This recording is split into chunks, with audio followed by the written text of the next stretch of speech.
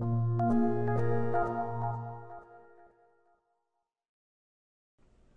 there, thanks for joining me.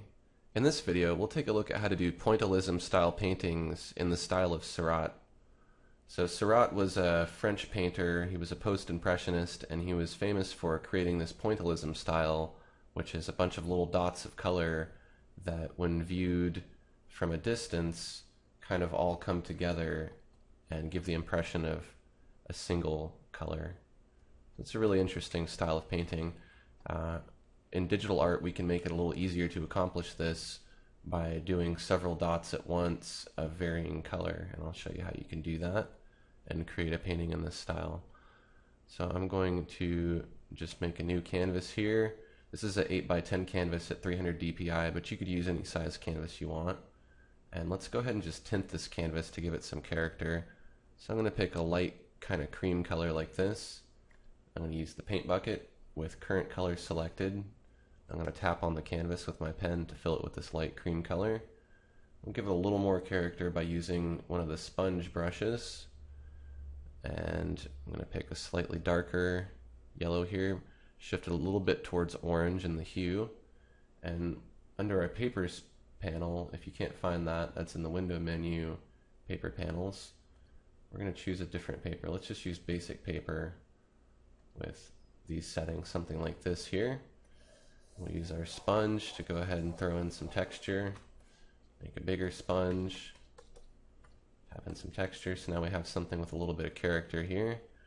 And we'll go through and maybe put a little bit lighter of a cream color over it. Now we have something that looks kind of like old dirty paper, and I think that will work a little bit better for our painting. So now we can go ahead and start figuring out what we're going to paint. I think we'll do an apple kind of like we did, or kind of like I had in the example earlier. So what we'll do is we'll block it in on a new layer. So let's just call this apple. It's a new layer. And we'll set the blend mode to multiply. We'll pick just kind of a pink color like this. I'm going to use the scratchboard tool that's found in the pens category. I'm going to block in this apple shape here.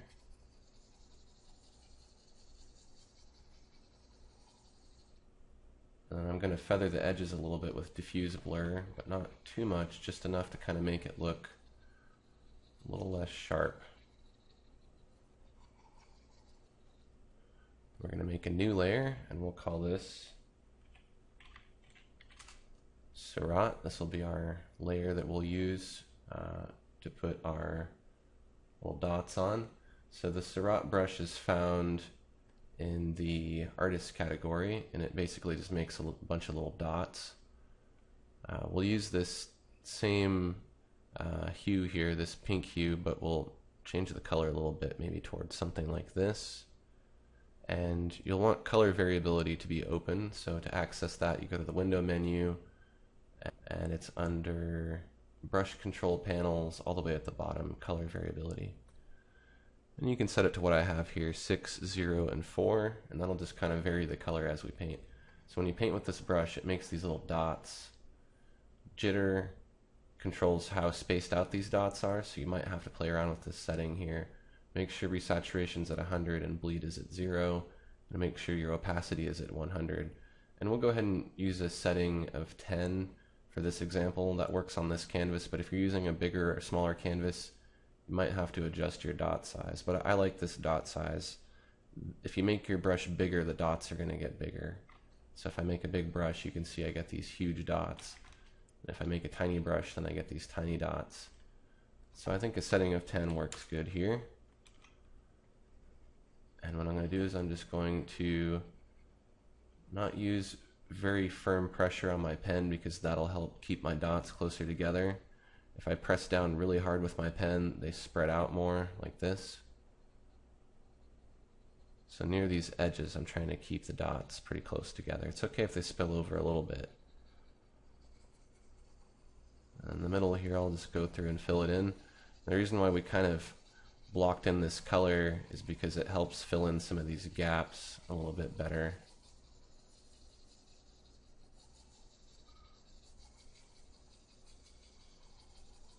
done pretty well here. And now we can start to change up our color. So I'm going to increase the value brighter and increase the saturation. And I'm going to shift the hue a little bit slightly towards a brighter red. And throw in some more dots here. Trying to make this look three-dimensional. So what you can do to help you in that is you can blur your eyes while you're looking at your painting every now and then to see how all the colors blend together, or you can zoom out and look at it from further away. I just want to keep changing my color here, making it brighter where I have my highlights.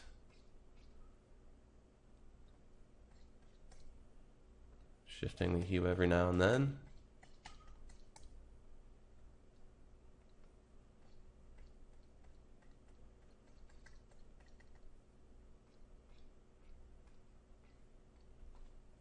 And we'll put in a dark spot for this area where the stem is, maybe not that dark. If you hold Alt on your keyboard, you can sample colors. So I'm going to sample one of these darker colors, and I'm just going to make it a little bit darker than that. There we go, there's something I like. Put a little bit of that down there too. We'll throw in a stem. Get a stem. We throw a little bit of green into there. Trying to push down really, really lightly so that this doesn't spread out too much. We could add a shadow. Let's add the shadow on its own layer. Let's make it a multiply layer. You can use different blend modes for this brush if you want.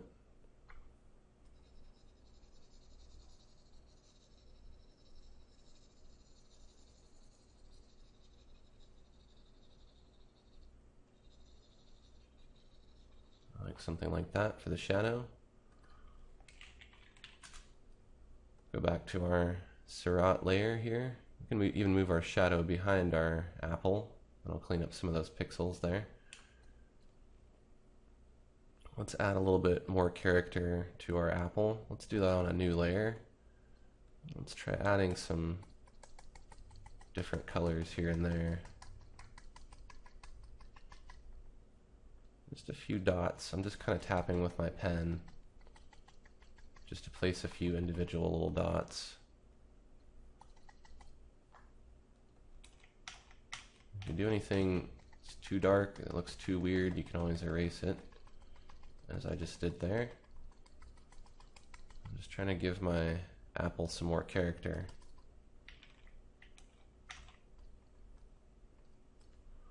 We could even add some character to the background too.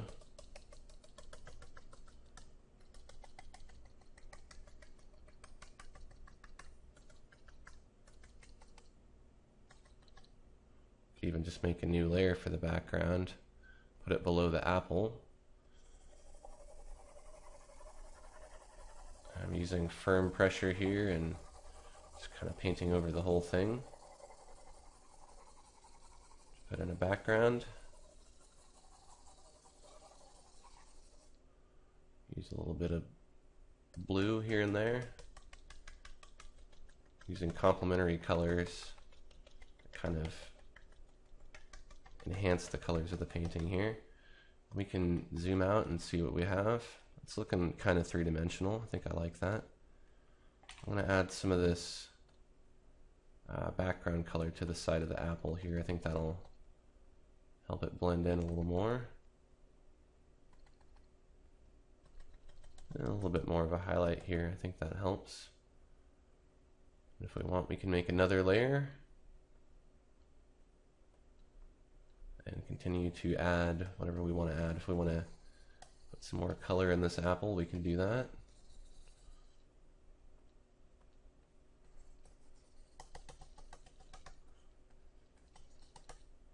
We could even change the opacity of these layers to kind of give it a little bit of a tint.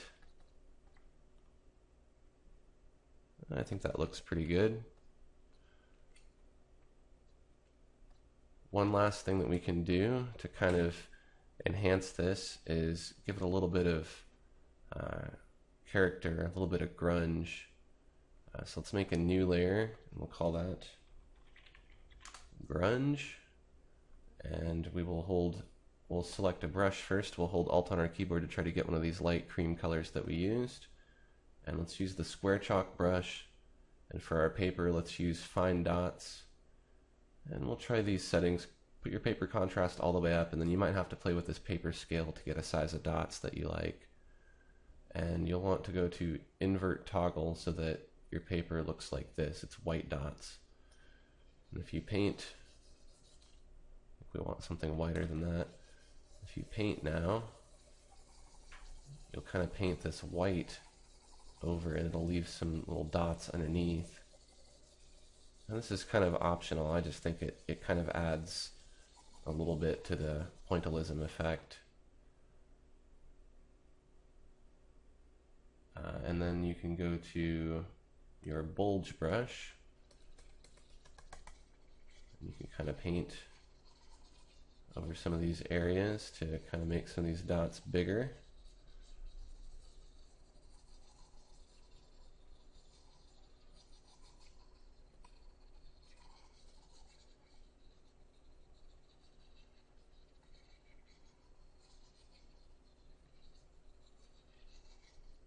Get something like this, and we'll add a mask to this layer, and we'll mask out some of this using the custom sponge, and we'll change our paper texture back to basic paper. We'll use black here, and we'll paint into our mask.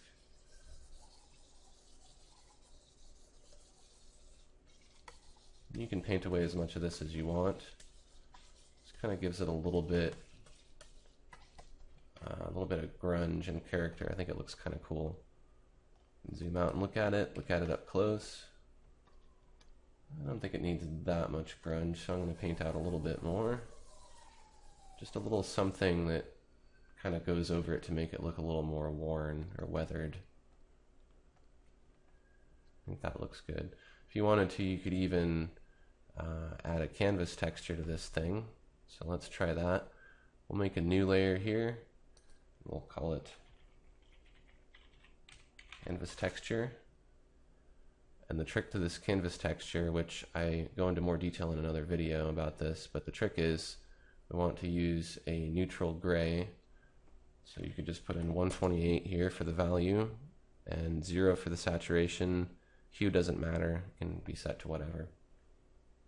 And we'll use the paint bucket with current color selected to fill our canvas. Then we'll set the composite method up here to overlay. And that will make that gray disappear, but it will allow us to paint darker and lighter colors on this layer, and those will show up. So basically it'll just allow us to put a canvas texture on its own layer. So let's pick a canvas texture like Artist's Canvas here, and we'll change our paper settings to something like this. Give this a try. We'll go to Effects with this canvas texture layer selected, and we'll go to Surface Control, Apply Surface Texture, and we can kind of scroll around and try to find a spot where we can see this texture. I can see a little bit there. I'm going to decrease the amount. I'm going to go to OK, and we'll see what that does. I think that looks pretty good. Now you usually don't want to just leave this texture as is. You want to change it up a little bit. So let's add a mask to this texture, and let's do the same thing we did with the grunge. Let's mask out some of it using the sponge. So I'm just going to kind of tap, paint away a little bit of that so that it's only here and there. We'll zoom in and take a look. You can see that some of it went away, but some of it's still there. So that kind of makes it look like it's now been made with real paint. And when you're done with this, if you want to just clean up all these layers, I would recommend saving it first and then saving a copy. And you can do a layers drop all. It'll flatten all your layers, and then if you wanted to, you could post this online or print it out or do whatever you want with it. So I hope that gave you an idea of some things you can do to make pointillism style paintings. If you found this information useful, take a quick second to like this video or share it on YouTube or Facebook, and that'll make it easier for other artists out there to find this information. Thanks for watching, and stay tuned for my next video.